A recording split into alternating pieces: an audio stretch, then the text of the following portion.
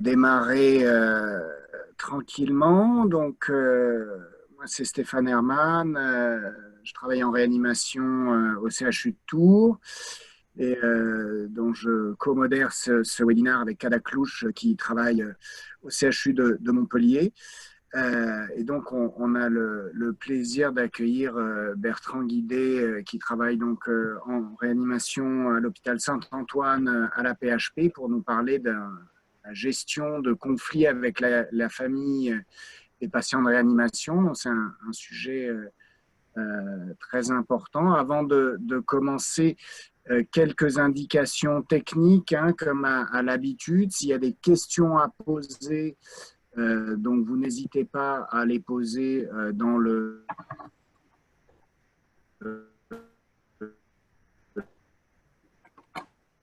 Je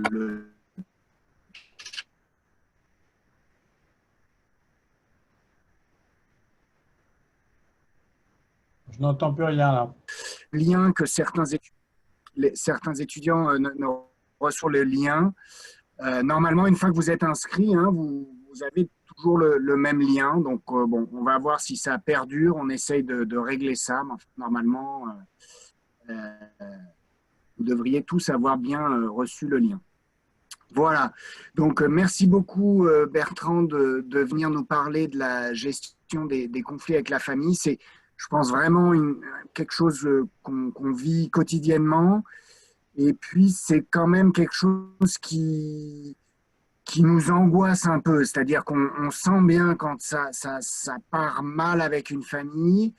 Et puis, en tous les cas, c'est mon ressenti personnel. C'est-à-dire quand on sent que ça part mal, ben, nous-mêmes, parfois, on n'est pas à l'aise et parfois, ça peut contribuer un petit peu à des situations qui se dégradent. Et donc, ben, on espère qu'on va savoir des clés et des façons de se comporter et d'agir dans ces situations-là. Donc, merci beaucoup. On t'écoute pour ce webinaire. Et donc, on coupe Merci le son et Stéphane. les caméras. Merci Stéphane. Bonjour à tous. Donc j'ai choisi d'illustrer une situation de conflit avec la famille à travers une erreur médicale. On fait des erreurs et c'est vrai que si on n'est pas bon dans la communication avec le patient ou sa famille, ça peut générer des conflits et parfois des conflits extrêmement durs. Et donc, je trouve que c'était une bonne illustration. Évidemment, et on reverra, il y a d'autres circonstances conflictuelles potentielles avec le patient et sa famille. Alors, les erreurs, là, vous savez, les Anglais ont une liste des never events, c'est-à-dire des erreurs qui ne devraient jamais survenir, mais ça peut survenir, genre, je me suis trompé de côté de chirurgie, je devais retirer le rein droit, j'ai retiré le rein gauche, ou je devais drainer le pneumothorax à droite et j'ai drainé à gauche. J'ai laissé un bout de rein, un bout de cathéter à l'intérieur du malade, etc. Donc, il y a un certain nombre d'erreurs qui sont assez graves pour considérer qu'elles ne devraient jamais se produire et qui doivent être déclarées et qui doivent être évidemment présentées à la famille. Alors voilà, il y en a toute une liste. C'est assez intéressant parce que je crois que vraiment ces erreurs, ce n'est pas facultatif d'aller les déclarer et ce n'est pas facultatif d'aller rencontrer la famille pour leur expliquer. Alors, ça, c'est des diapos anglaises, mais qui sont enfin américaines, qui sont assez intéressantes et qui illustrent à quel point on est mauvais pour rencontrer les familles et leur expliquer ce qui s'est passé. D'abord, on a peur des conséquences médico-légales. On surinterprète un tout petit peu ce que les patients et les familles souhaitent savoir. Et en gros, parfois, on a une attitude un peu défensive du style bon, vaut mieux pas qu'ils sachent parce que ça va les traumatiser ou voilà. Il y a un problème sur les techniques de communication et ça, c'est ce qu'on abordera dans la deuxième partie de l'exposé. Nos institutions, l'administration de l'hôpital, elle n'est pas si claire que ça sur ces éléments-là. Et puis, évidemment, on a fait une erreur et donc on n'est pas à l'aise pour aller raconter qu'on a fait une erreur. Et c'est ce côté un peu défensif est très très mal perçu par les familles. Ils veulent absolument des informations qui soient claires. Alors, quand on regarde les causes racines de ces erreurs, ça, c'est les données nord-américaines. Alors, on retrouve, quelles que soient les erreurs, ici, c'est les délais dans la mise en route de traitement. Vous voyez dans les causes racines, ce qui apparaît comme les facteurs principaux, et c'est ce qui va nous intéresser dans l'exposé, c'est des problèmes de communication, c'est des problèmes d'évaluation, c'est des facteurs humains, et c'est des problèmes de leadership. Et donc, ça, c'est très important. Finalement, c'est les équipes qui sont en cause, c'est notre incapacité à communiquer entre nous qui sont la source des erreurs et qu'on va retrouver dans notre incapacité à communiquer correctement avec les familles. Quand on regarde sur les infections acquises à l'hôpital, on retrouve toujours les mêmes causes d'erreurs, le leadership, les facteurs humains, la communication. Quand on regarde les complications opératoires et post-opératoires, toujours la même chose, les facteurs humains, la communication. Donc, on n'est pas du tout dans de la technologie.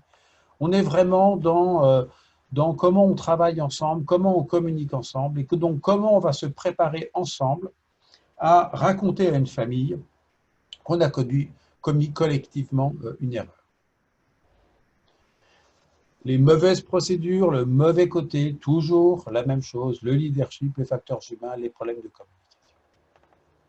Donc, comment est-ce qu'il faut faire pour répondre et informer les patients et les familles que l'on a commis une erreur?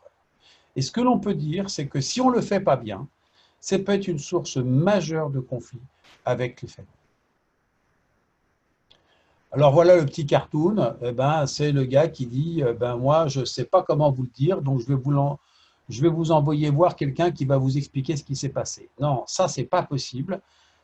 C'est de la responsabilité d'un service, alors après ça s'organise au niveau d'un service, d'aller informer la famille sur ce qui s'est passé. Alors il y a deux types d'approches. Il y a l'approche qu'on peut dire traditionnelle, donc qui est pas immédiate, qui est plutôt dans une attitude défensive, qui considère qu'il y a des responsables individuels, qu'il faut faire de la formation, qu'il y a le problème des familles qui vont suivre, avoir des procédures judiciaires vis-à-vis de l'hôpital. Il y a tout le problème aussi de la seconde victime, ça c'est très important au sein d'un service. La personne qui a commis l'erreur ou les personnes qui ont commis l'erreur doivent pouvoir être prises en charge, pouvoir être aidées. Et puis bien sûr, la partie sur la famille dont on a parlé. Et donc, la bonne réponse pour prévenir les conflits, eh bien, c'est d'informer le plus rapidement possible, d'être transparent dans sa communication, de considérer dans les causes racines l'ensemble de la culture du service, comment on travaille ensemble, et pas essayer absolument de trouver un coupable. Évidemment, travailler sur les valeurs partagées. Regardez si les familles ont des besoins particuliers. Ça peut être des besoins de rencontrer une assistante sociale, ça peut être des besoins financiers, ça peut être des besoins de pouvoir accéder à l'hôpital en voiture, enfin que sais-je. Et donc, il faut pouvoir anticiper quelles peuvent être leurs demandes. Et puis, on va le voir, travailler vraiment la communication avec la famille. Et donc, il faut se faire aider. Il faut se faire aider par des gens qui savent faire. C'est sûr qu'il ne faut pas envoyer au charbon sur un dossier compliqué, un jeune. Il doit être absolument accompagné. Donc là, vous êtes tous des jeunes. Je pense que c'est important que vous participiez à ces réunions d'information des familles en cas d'erreur, mais vous ne devez pas être en première ligne. En tout cas, il faut préparer précisément ce que vous aurez à dire au moment de l'entretien. Donc, le premier élément, c'est préparez-vous. Ce n'est pas si simple que ça, que d'aller raconter à une famille ou à un malade qu'on a laissé un bout de cathéter dans la veine, qu'on a laissé un bout de drain dans le thorax, etc., etc.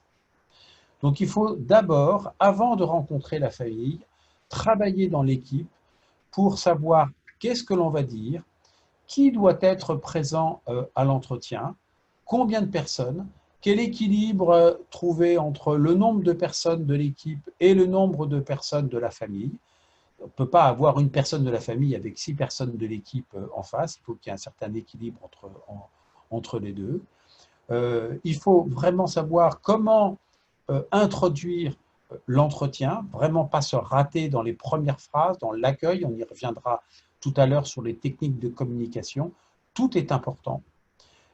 Et puis, il faut aussi savoir arrêter un entretien, parce qu'après, on tourne en rond, et dans ces cas-là, proposer tout simplement de se revoir, de manière à ce que la famille ait pu métaboliser les informations que vous avez données. Ils vont revenir avec d'autres questions, et ça, c'est normal, il ne faut évidemment pas fermer la porte. Ce n'est pas un entretien solde de tout compte sur un événement indésirable. Après, et on va le revoir, au moment de l'entretien, il faut évidemment créer de bonnes conditions. Donc, il est important, et ça a été dit dans les recommandations architecturales pour les services de réanimation, de pouvoir disposer d'une pièce privative, donc une pièce d'entretien avec les familles. Il faut respecter la forme, il faut s'asseoir, il faut éteindre son téléphone, et puis il faut d'emblée rentrer dans le vif du sujet, expliquer le motif de l'entretien. Alors, le problème, c'est qu'on a des informations à donner et que la famille peut ne pas comprendre ou n'est pas capable de comprendre ou qu'il y a une émotion qui est trop importante. Et donc, on va voir dans les techniques de communication, c'est extrêmement important d'être attentif aux réponses des familles et je le dis maintenant, de respecter des silences. C'est-à-dire qu'on a trop souvent, nous, en tant que médecins, envie d'expliquer et on remplit, et on remplit, et on parle trop vite. Et ce n'est pas ça qu'attendent les familles. Les familles attendent qu'on puisse les écouter et qu'on puisse répondre spécifiquement à leurs questions. Donc, il faut un peu inverser la conduite de l'entretien. Alors après, il faut expliquer les faits, il ne faut pas tourner autour du pot, il faut dire les choses exactement telles qu'elles se sont produites. Vous pouvez dire aussi tout ce qui a été mis en place pour réduire les conséquences de l'erreur, ce que les anglo-saxons appellent la mitigation. Donc évidemment, les gens vont y être sensibles. Vous êtes trompé dans une dose d'insuline, eh bien, vous vous en êtes rendu compte, l'infirmière l'a tout de suite dit, vous avez monitoré les glycémies des malades, vous avez resucré le malade, etc. Bon, certes, il y a une erreur, mais elle a été identifiée, il y a eu des mesures correctrices qui ont été données, et ça, c'est un élément très important pour les familles. Ils disent, bon, ok, ils ont fait une connerie, mais au moins dans ce service, ils communiquent, ils travaillent entre eux, et ils prennent des mesures correctrices pour éviter que l'erreur n'ait trop de conséquences pour les malades. Donc ça, c'est un point qui est extrêmement important, et surtout, ne pas se charger les uns les autres. Comme on l'a dit, c'est un problème d'équipe, c'est un problème de service. Et quand les familles ont l'impression que tel médecin se décharge sur tel autre ou infirmière avec la cadre, etc., eh bien, ça génère du conflit avec la famille. Et puis s'excuser. Et ça, il faut le faire assez tôt et de manière sincère.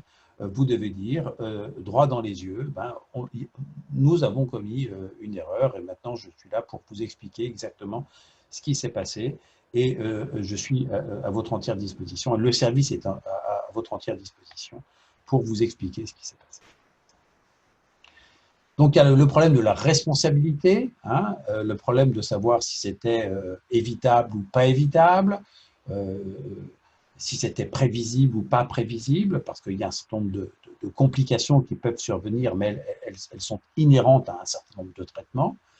Mais voilà, donc le message, c'est il faut être factuel et il faut être transparent. Et puis, il faut mettre fin à la conversation, comme je vous l'ai dit.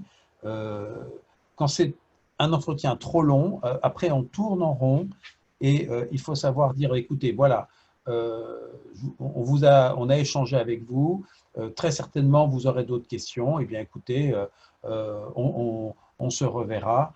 Mais un entretien qui dure, je dirais, plus d'une demi-heure n'est pas bon parce que il y a de la fatigue, il peut y avoir de l'agacement et il faut savoir vraiment arrêter un entretien en disant, écoutez, voilà, je pense que c'est très important que vous puissiez réfléchir entre vous et puis à ce moment-là, vous revenez nous voir.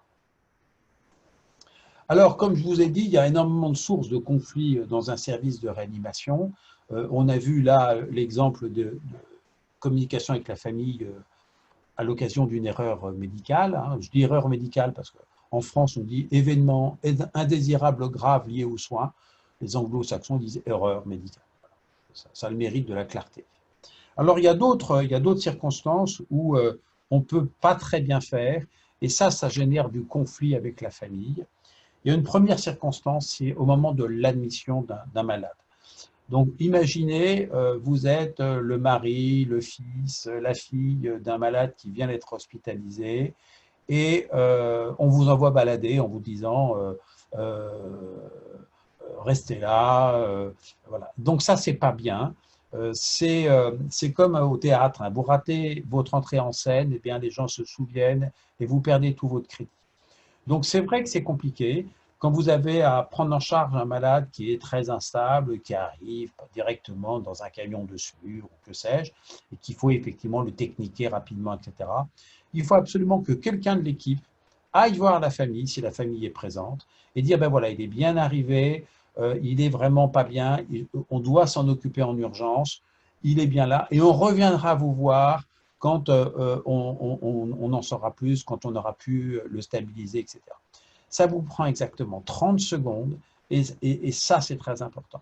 Si vous envoyez balader la famille qui arrive, qui est extrêmement anxieuse, eh bien, elle transforme son anxiété en agressivité. Et si vous-même, vous êtes fatigué parce qu'il est 3 heures du matin, eh bien, vous transformez cette agressivité en conflit. Et ce conflit va vous polluer l'ensemble du séjour de réanimation. Donc, il y a un premier temps qui est très important en termes de prévention de conflit avec la famille, c'est à l'admission. Le deuxième temps, c'est évidemment pendant le séjour. Donc, pendant le séjour, la famille demande un certain nombre d'informations. Il y a différents types d'informations. Il y a les informations au quotidien, puis il y a les informations un peu plus ritualisées avec des médecins plus seniors. Ce qui est très important, c'est de vérifier que les informations données à la famille ne sont pas contradictoires en fonction des interlocuteurs. Et ça plaide pour qu'on fasse la visite ensemble avec les infirmières, les internes, les seniors. Ça plaide pour qu'il y ait des transmissions le matin dans lesquelles participent un maximum de personnes. Il faut qu'on se mette d'accord sur des éléments de langage, comme on dit, sur qu'est-ce qui doit être dit à cette famille pour ce malade. Il n'y a rien de pire qu'avoir des messages contradictoires avec une personne qui dit, écoutez, ça va mieux, ça va aller, etc. Puis une autre personne qui va dire, non, non, écoutez, c'est extrêmement préoccupant, le pronostic vital, enfin, etc. Donc là, ça, c'est très important, pendant le séjour, de travailler sa communication et de s'assurer que les messages passés aux familles ne sont pas orthogonaux. Parce que ça génère du conflit. Alors après, ça pose le problème du côté des familles d'identifier une personne de confiance, donc une personne qui va recevoir les informations, parce qu'effectivement, vous pouvez avoir plusieurs vecteurs d'information au niveau du service, mais vous pouvez avoir plusieurs vecteurs d'information au sein de la famille, de la grande famille, etc. Et donc, il faut essayer, surtout si ça commence à être un tout petit peu compliqué, d'identifier vraiment une personne au sein de l'entourage familial qui sera votre interlocuteur privilégié pour pouvoir donner les informations. Troisième situation qui peut générer du conflit, eh bien, c'est les discussions de limitation de traitement avec deux attitudes possibles de la part de la famille. Une famille qui vous demande de poursuivre les traitements, qui considère qu'une limitation de traitement serait non éthique. Et puis, à l'inverse, une famille qui dit « mais vous vous acharnez, arrêtez ces traitements de réanimation, etc. » Et donc ça, c'est des situations qui sont compliquées. Là encore, ce qui est très important, c'est qu'il y ait un consensus d'équipe. Il faut qu'on soit d'accord sur effectivement le niveau de traitement que l'on souhaite appliquer à un malade. Là encore, s'il y a des informations divergentes, s'il y a des décisions de reprise de traitement, par exemple la nuit, parce que le réanimateur de garde n'était pas au courant des décisions qui avaient été prises pendant la journée, ça vraiment, ça n'est pas bien. Et donc, dans les décisions de limitation de traitement, il faut d'abord qu'il y ait un consensus au niveau de l'équipe. Alors, consensus, disons qu'au moins il y ait des lignes directrices partagées au niveau du service avant de communiquer avec la famille.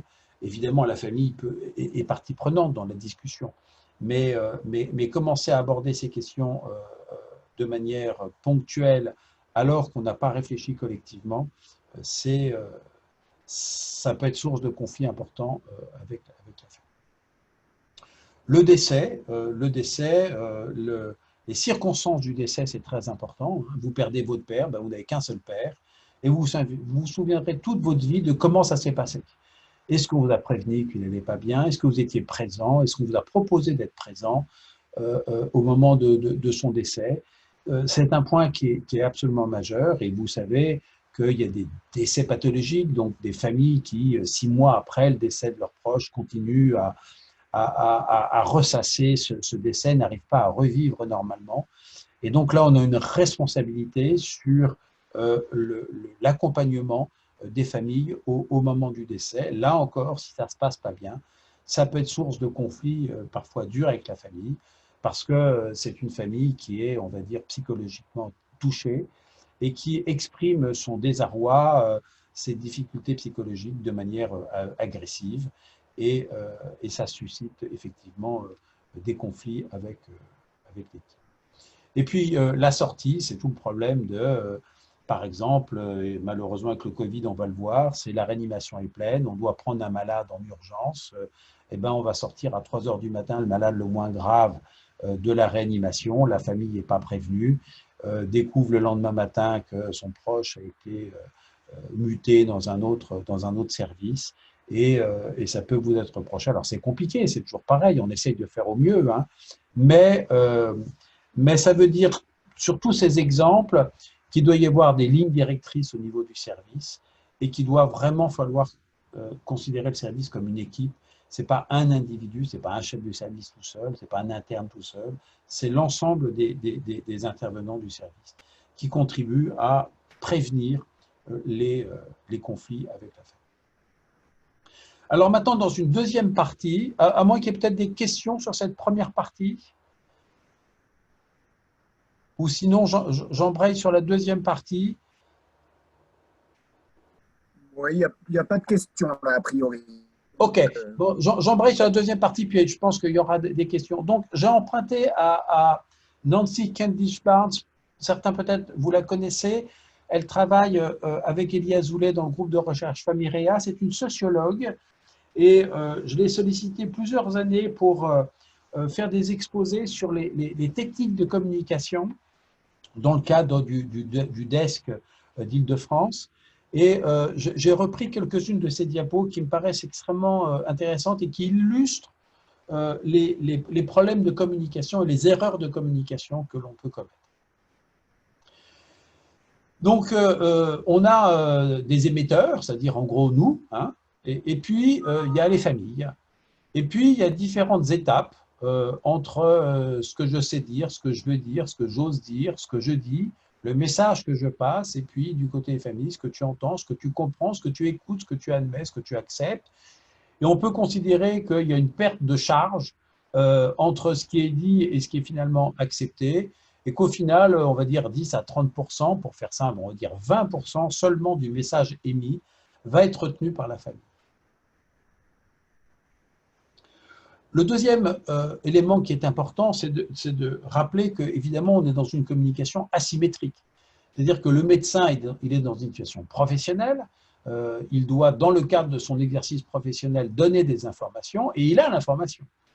Et en regard, les proches, ils sont dans une situation émotionnelle, ils ont un de leurs proches qui est admis en réanimation, éventuellement avec plusieurs suppléances d'organes, et il est en attente d'informations. Donc on n'est pas du tout dans une situation symétrique, et il faut s'en rappeler absolument dans la communication qu'on peut avoir avec les familles.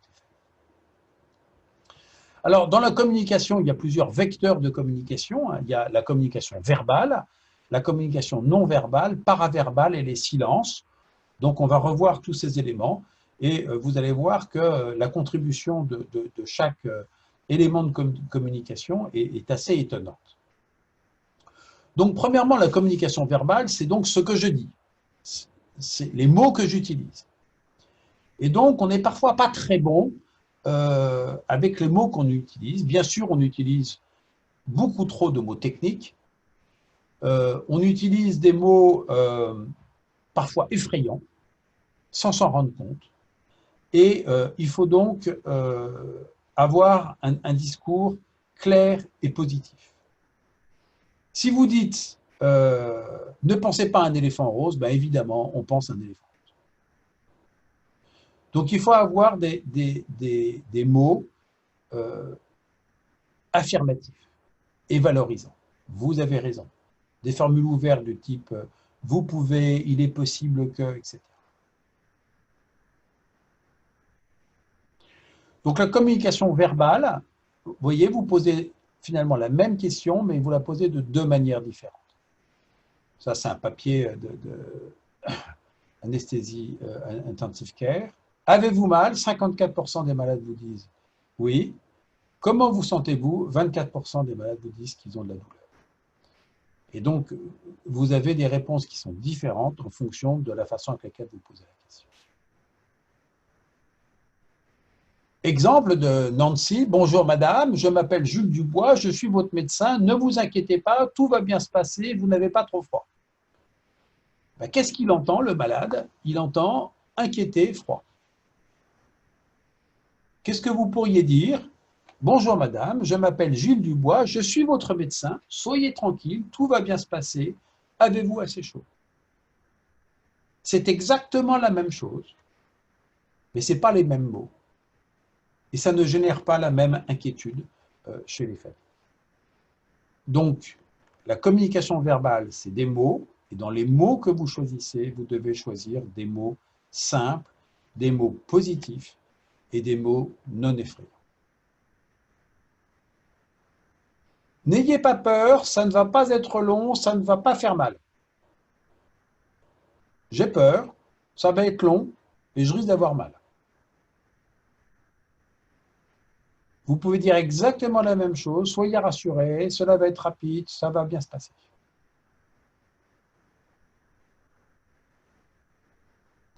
La communication non verbale, elle est encore plus importante en termes de communication. C'est le langage du corps. Comment vous vous présentez? Est-ce que vous regardez vos chaussures ou est-ce que vous regardez la famille droit dans les yeux? Est-ce que vous avez les mains dans les poches? Est-ce que vous rigolez? Est-ce que vous avez des gestes parasites? Ça peut annuler complètement la qualité de ce que vous êtes en train de dire. La personne considère que votre posture, votre langage du corps est inacceptable. Alors voilà quelques cartoons là, de Nancy. Effectivement, on voit bien que si vous avez ce comportement-là avec les familles, eh bien, ça ne va pas bien se passer.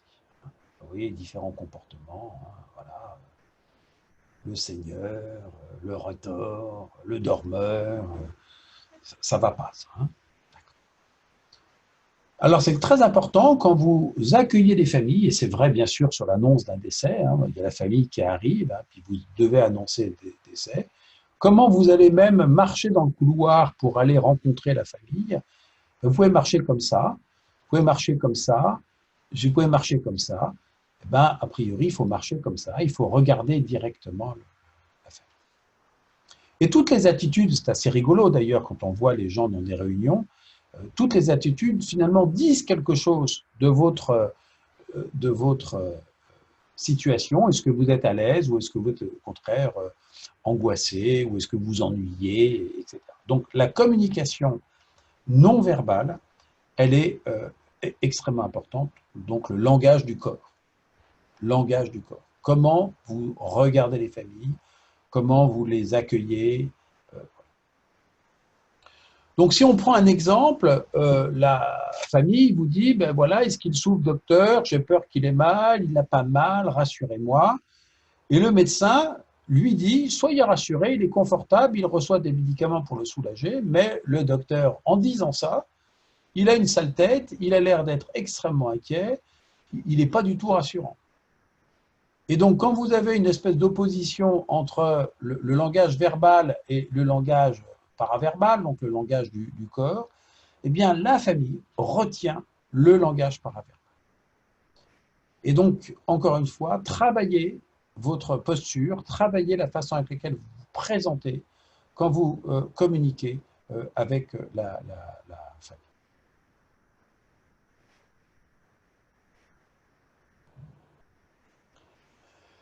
Alors donc, il y a les postures, le regard, on en a parlé, mais c'est aussi les gestes involontaires ou accidentels. Hein, donc, après, certains peuvent être assumés, on va dire, mais essayez d'éviter de vous gratter 10 fois l'oreille, de vous mettre les doigts dans le nez, enfin, etc. Hein, donc, réduire les gestes involontaires ou accidentels, ouvrir les bras, donc un discours d'ouverture auprès des familles. Et donc, cette attitude d'ouverture est vraiment très importante. Hein. Donc, ce n'est pas les bras croisés, c'est vous avez les mains ouvertes et vous montrez votre ouverture à la famille que vous renseignez. Alors, la communication paraverbale, c'est l'intonation, c'est le rythme et c'est le débit de votre voix.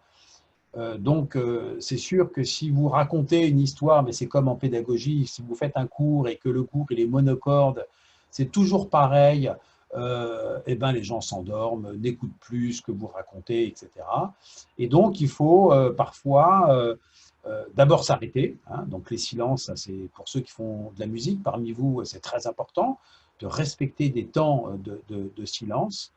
Et puis, de changer de rythme, de changer de ton, de dire, écoutez, vraiment, vraiment là, il y a une information, et là, vous arrêtez. Voilà. Donc, pas le truc qui est débité comme ça ennuie tout le monde, et on perd le fil de l'information. Et donc, il faut faire vivre cette communication avec, comme dans un cours magistral, hein, avec des ruptures de rythme, des ruptures de ton et des silences. Absolument des silences. Et puis l'écoute active, c'est-à-dire rejoindre le malade ou sa famille là où il est et pas l'inverse. Et moi, ce que je peux vous dire, c'est que quand je mène des entretiens avec les familles, moi en tant que chef de service, c'est que c'est compliqué parce que sinon la routine, c'est très bien géré par l'équipe. Je commence toujours par dire qu'est-ce que vous avez compris, qu'est-ce que l'on vous a expliqué. C'est-à-dire d'inverser un peu les choses. Et là, je me rends compte que alors qu'ils ont vu les internes, les infirmières, les chefs, etc., eh ben, il y a des trucs majeurs qu'ils n'ont pas intégrés. Ce n'est pas qu'ils sont bêtes, c'est qu'il y a un certain nombre d'informations qui sont trop dures à entendre et qui sont évacuées. C'est des mécanismes de défense. Mais donc, c'est ce qu'on appelle la formulation-reformulation, c'est-à-dire que il faut demander aux gens ce qu'ils ont compris, il faut demander aux gens qu'ils vous formulent leurs questions, plutôt que l'inverse et raconter à nouveau, je ne sais pas quoi, moi, les critères de gravité d'un SDRA. On est complètement à côté de la plaque en faisant ça. Il faut d'abord demander aux familles où ils en sont de leur connaissance sur un cas précis. Donc vraiment rejoindre le patient ou rejoindre la famille là où il est et pas redébiter son topo parce qu'on va taper à côté des attentes du patient. Et donc, l'écoute est au cœur de la communication. C'est la technique de communication la plus efficace. Une mauvaise écoute est une source de conflit. Donc, l'exposé, le webinaire d'aujourd'hui, c'est sur les conflits familiaux. Si vous n'avez pas su écouter ce que les familles avaient à vous dire, eh bien, ils vous en veulent et c'est source de conflit. Évidemment, ça permet l'échange d'informations parce que chacun a ses informations, par exemple autour des directives anticipées, autour de du don d'organes éventuellement, etc. Donc il faut absolument qu'il y ait un climat de confiance mutuel entre l'équipe médicale et puis les familles. Donc ce climat de confiance, il est indispensable à obtenir et c'est ça qui va vous permettre de prévenir les conflits. Donc l'écoute est vraiment important et c'est la différence entre je vous écoute et je vous entends. Voilà, il faut absolument privilégier une écoute active, c'est-à-dire écouter ce que les familles ont à nous dire, écouter ce que les familles nous posent comme questions. Parfois, on a le don de répondre à des questions qui sont absolument à côté de la plaque. Ce n'est pas ça que les familles veulent savoir. Donc, il y a énormément de papiers. Là, c'en est un qui est signé en dernier par Randall Curtis. Randall Curtis, c'est un Américain qui a beaucoup travaillé sur ces questions de famille et de communication. Globalement, plus le temps, à l'occasion d'un entretien avec une famille, plus le temps dévolu à la famille qui a pu parler est important, plus les familles sortent satisfaites de l'entretien et moins ils ont de stress. Donc, il faut vraiment se retenir de parler. Il faut laisser les familles s'exprimer. Et quand c'est compliqué, s'il y a un silence, eh bien, il y a un silence. Ça n'est pas grave. Ça veut peut-être dire que la famille, à ce moment-là, a besoin de temps pour assimiler les informations qui ont été données. Il ne faut pas absolument vouloir combler. Voilà, on n'est pas dans une course. Voilà. Donc, comment conduire les entretiens? Écoute active, laisser le temps aux familles de s'exprimer et respecter les silences. Alors, il y a des opportunités manquées. Là, il y a encore un papier intéressant de Randall Curtis qui a identifié que les familles tentent des perches et nous, à l'occasion des entretiens, quand on donne des informations ou quand ça devient un peu difficile ou conflictuel, eh bien, on ne sait pas entendre ces perches. Et ça, c'est pas bien parce que ça génère de la frustration. Et la frustration se transforme très rapidement en conflit et en agressivité. Et donc, vraiment, ne pas rater des opportunités de communication avec les familles quand les familles nous tendent des perches. Donc, l'écoute au cœur de la communication, ça veut dire, on va le voir, la reformulation, les questions, les relances. Donc, la reformulation, c'est, par exemple, l'écho, c'est « je suis fatigué, je n'arrive pas à tenir le coup ». Ben, c'est de votre côté, j'entends que vous êtes fatigué, que vous n'arrivez pas à tenir le coup. C'est-à-dire que vous avez répété finalement avec vos mots ce que la famille vient de vous dire. Et donc, la famille dit « ah ben ça y est, il a compris que j'en pouvais plus ». Hein. Le reflet, il faut qu'il reste ici, il est bien soigné. Donc, j'entends que vous souhaitez qu'il ne soit pas transféré. Voilà. Hein. Et puis, vous pouvez poser des questions ouvertes, hein, de type j'ai l'impression que vous êtes très angoissé, est-ce que je me trompe voilà. Moi, il m'est même arrivé avec des familles extrêmement agressives de leur dire moi, je vous trouve extrêmement agressif, mais je peux le comprendre parce que ce que vous vivez est très, très dur. Écoutez, moi, je suis là pour vous donner toutes les informations. Voilà. Vous pouvez dire les choses. Dire les choses, ça n'est pas générer du conflit. Au contraire, ne pas dire les choses, cacher les choses, eh bien, ça ressort d'une façon ou d'une autre. Donc, quelques verbatims hein, qui font très très mal. Hein. Le médecin, c'était Dieu, sans l'écoute ni la générosité. J'ai eu 3 heures de conversation avec ce médecin, il étalait sa science, il était comme un mur, il refusait d'écouter ce que j'étais en train de lui dire. Ça, c'est tout raté. Hein. À l'inverse, l'équipe était formidable, très disponible, très gentille, le médecin se souciait de moi, de qui j'étais vraiment, il a pris le temps. Ce qui est vital, c'est l'écoute, sentir qu'on vous écoute, que vous existez, qu'on vous explique. Ça, c'est des verbatims de Nancy Candish-Barnes, qui a conduit des entretiens avec des familles et qui illustre, à mon avis, complètement les points importants dans une communication réussie entre la famille et l'équipe soignante. Donc voilà, on a un devoir d'information, c'est une information qui doit être claire, loyale et appropriée. Et puis, je pense que ça s'inscrit plus généralement dans une politique de service, d'ouverture du service envers les proches, à la fois les heures de visite, les informations, le livret d'accueil, la possibilité pour les familles qui le souhaitent de pouvoir rester pendant les soins, c'est plus tabou. Ça, on a appris ça beaucoup de nos collègues pédiatres, peut-être il y en a qui sont là qui pourront témoigner, mais vous savez qu'il y a même une étude qui a été faite sur la présence des familles au moment des manœuvres de réanimation d'un arrêt cardiaque, un travail qui a été publié dans le New England il y a quelques années, et qui montre que les familles qui ont assisté aux manœuvres de réanimation ont beaucoup moins de signes de stress post-traumatique à distance que les familles qui ont été exclues de la chambre au moment de... Enfin, en l'occurrence, c'était en SAMU, donc, qui ont été exclues du théâtre de la réanimation pendant les manœuvres de réanimation. Donc ça doit nous interpeller. On a souvent tendance à considérer un peu les familles comme, pas ennemis, mais en tout cas facteurs de complications.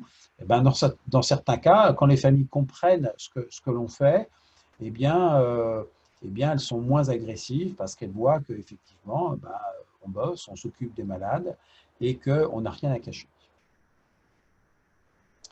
Donc pour conclure sur la communication, c'est majeur, c'est au cœur de l'expérience des patients, des familles. Donc, comment on communique avec eux. Donc, encore une fois, la communication verbale, non verbale, paraverbale.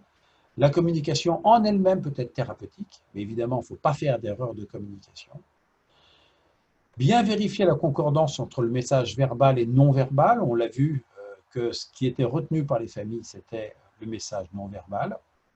Attention aux mots employés, aux attitudes et au débit, donc ne pas parler trop vite, ne pas utiliser de mots techniques, ne pas avoir une attitude désinvolte ou agressive ou opposante. Il faut une écoute attentive de l'autre, donc il faut porter attention à l'autre, évidemment dans le respect, et puis dans un processus d'adaptation, parce que il y a des spécificités, et donc il faut effectivement s'adapter. Un costume ne va pas à tout. Et quand on regarde les syndromes de stress post-traumatique pour les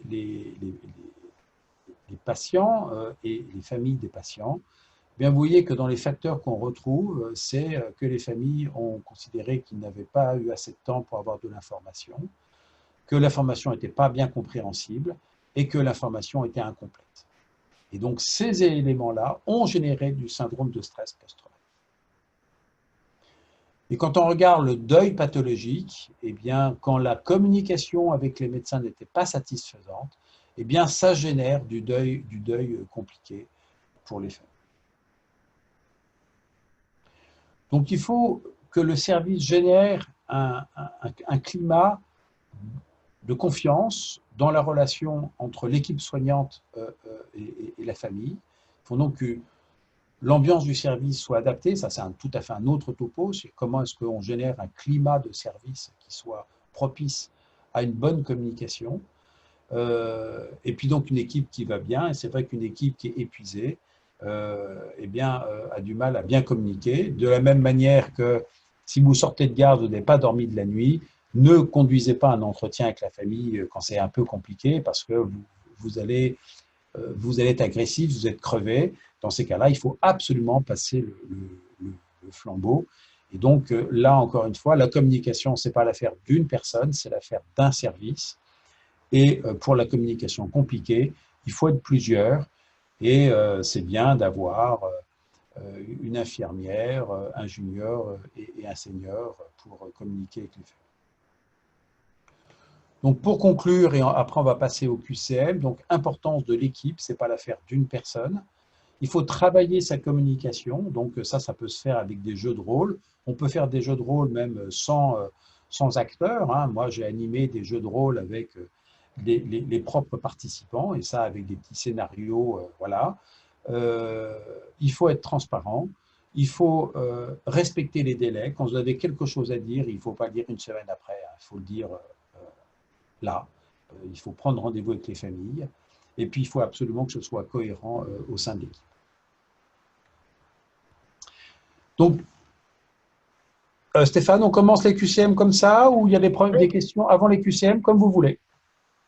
Non, peut-être, sauf s'il y a des questions particulières. Je regarde dans le chat, j'en vois pas. Bon, peut-être qu'on enchaîne avec les QCM, non? Ça va, ça Voilà. va. Donc, c'est les QCM qui reprennent ce que je viens de vous dire, hein. Donc, premier QCM, quel est le facteur le moins souvent retrouvé dans les erreurs? Est-ce que c'est le moins souvent, hein, c'est une négatif, hein, c'est un QCM négatif. Donc, je ne sais pas combien de personnes votent. 40 apparemment. Ouais, On est à il y en a une 45% de votants. quarantaine. Voilà, donc là, non. Ils sont en train de voter, ça fait 20 secondes. Euh, on met encore quelques Je vous rappelle que secondes. la question, c'est le moins souvent, hein, c'est un QCM négatif. Hein, c'est pas terrible d'ailleurs comme QCM. On a 28 qui ont voté. On laisse encore quelques secondes pour les derniers. Et je clôt le sondage. Donc, Voilà. voilà. Donc Ah bah, la réponse que j'attendais, c'était la méconnaissance du matériel. Donc, c'est le facteur le moins souvent. En fait, ce n'est pas un problème technique, technologique, les erreurs. C'est un peu comme les accidents d'avion, hein. Dans les analyses des causes racines des accidents d'avion, dans 90% des cas, c'est des problèmes de communication au sein du cockpit, de communication entre le cockpit et la tour de contrôle. C'est vraiment les facteurs humains, la communication et le leadership. Les problèmes liés au matériel sont quand même très rarement retenus comme cause racine d'une erreur. Ce qui boucle avec ce que je vous disais, c'est qu'il faut travailler sa communication. Et ce n'est pas donné comme ça. C'est pas donné. Ça se travaille. De la même manière qu'un acteur travaille sa pièce, et ben vous devez travailler votre façon de communiquer avec les familles. OK, on passe au deuxième QCM. Voilà, il est lancé.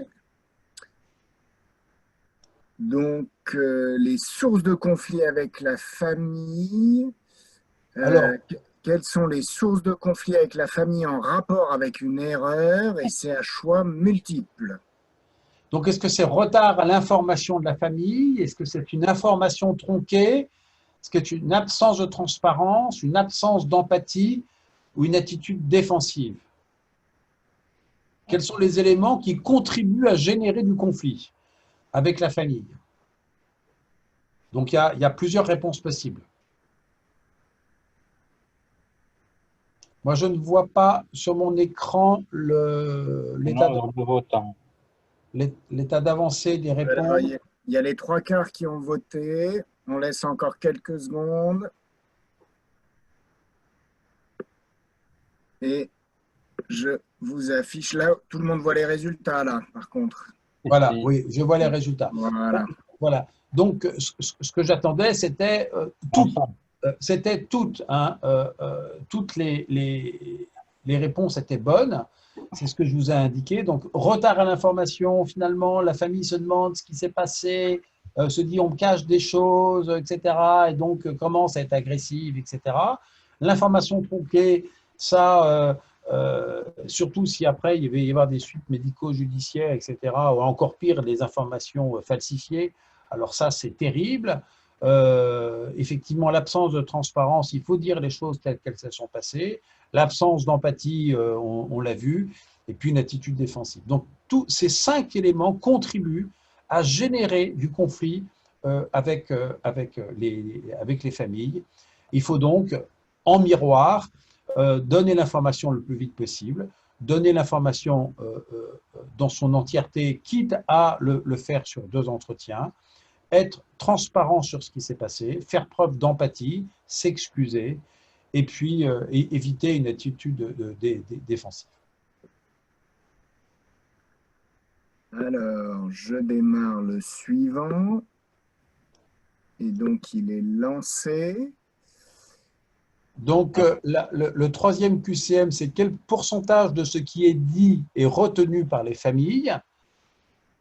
Donc, c'est la communication verbale. Hein. Donc, 80%, 70%, 60%, 50%, 20%.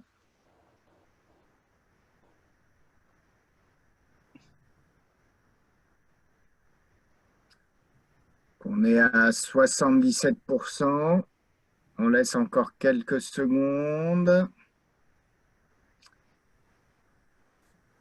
Et je clôt le sondage. Voilà. Donc, ce que je vous ai dit dans la première diapositive sur la communication, c'est que finalement, ce que l'on dit compte moins que comment on le dit. C'est-à-dire quel ton, quelle attitude physique on a avec la famille.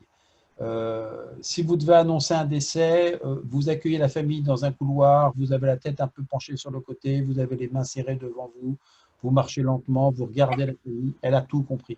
Il n'y a pas besoin de parler. Après, vous allez effectivement dire, ben voilà, malheureusement, il est décédé, etc. Mais ce qui compte vraiment, c'est l'attitude et la façon de dire les choses. Si vous avez à dire des choses très, très, très dures, utilisez des mots simples, très, très vite. Mais c'est un mécanisme de défense. Très, très vite, les gens vont éluder complètement ce que vous êtes en train de raconter, vont partir sur leur chagrin, leurs difficultés, etc. et ne vont absolument pas retenir ce que vous dites. Par contre, la façon avec laquelle vous êtes avec eux, c'est extrêmement important. Donc, la communication non verbale.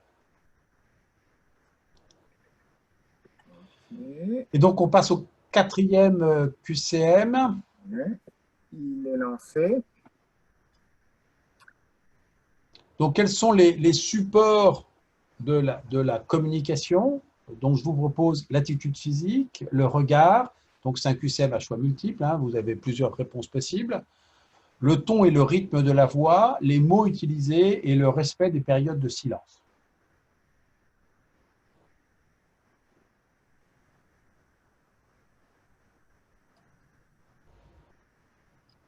Okay, les 2/3 ont répondu. Je clôt le sondage. Voilà. Bah, vous avez répondu, bah, c'est tout, hein, bien sûr. Hein. Alors après, avec des contributions relatives différentes des supports de communication, mais on l'a vu, l'attitude physique, le regard, le ton et le rythme de la voix, les mots utilisés, et absolument respecter des périodes de silence, ce que j'ai appelé l'écoute attentive. C'est vous devez être attentif à ce que les familles vous demandent. Il ne faut pas rater des opportunités. Et quand vous dites des choses vraiment dures, eh bien, il faut laisser du temps pour que les familles puissent métaboliser l'information, ne pas vouloir absolument combler les trous. Non, non, c'est pas grave.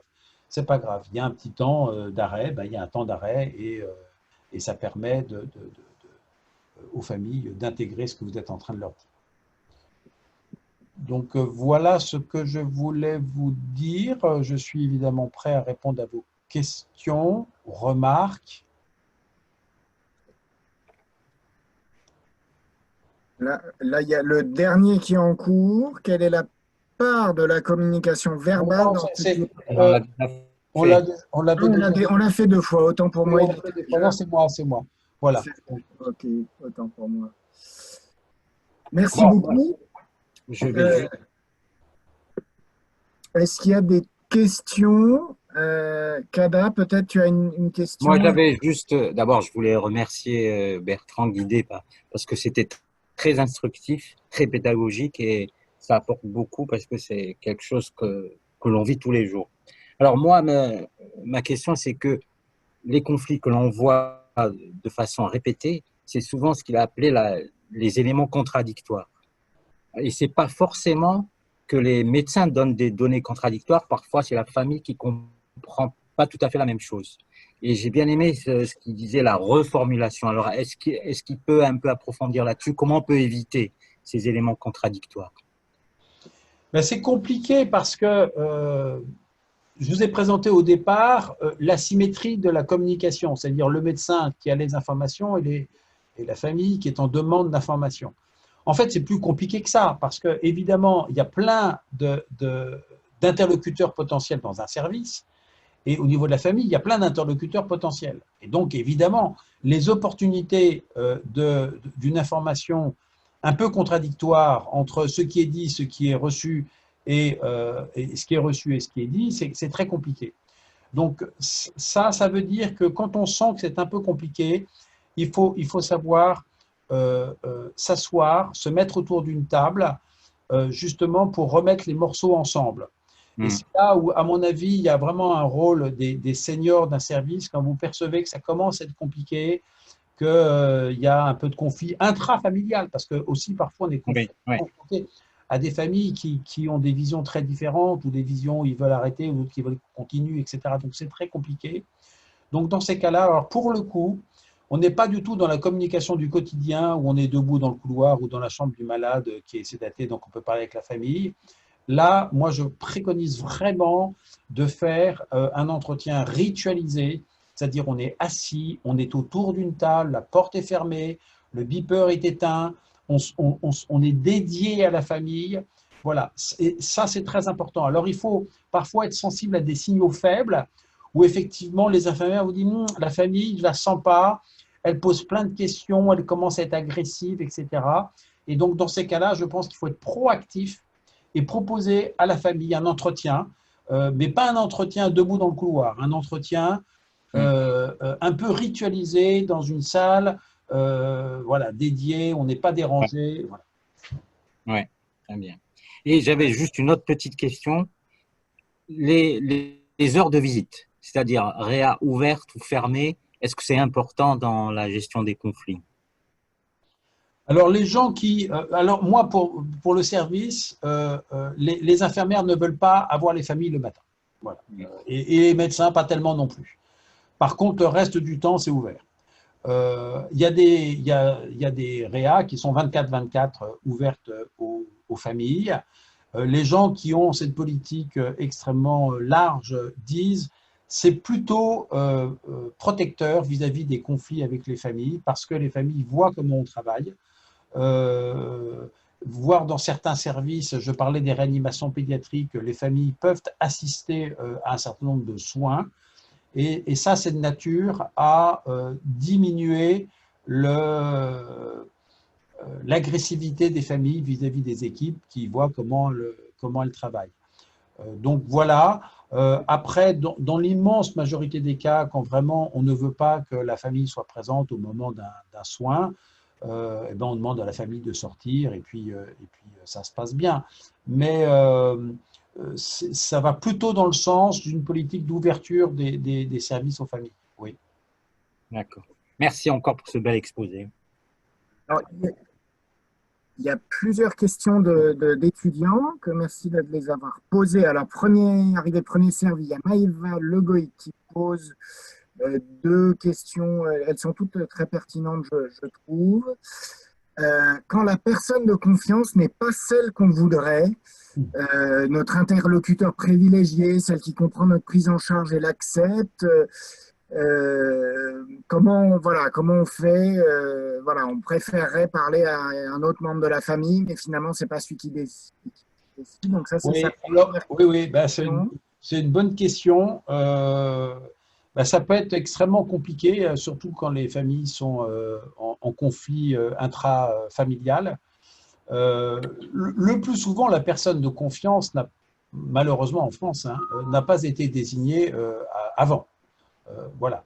Alors, il y a des situations qui peuvent être très difficiles. Moi, je trouve que mettre deux personnes de la même famille qui sont en conflit ouvert autour de la table, c'est pas très simple.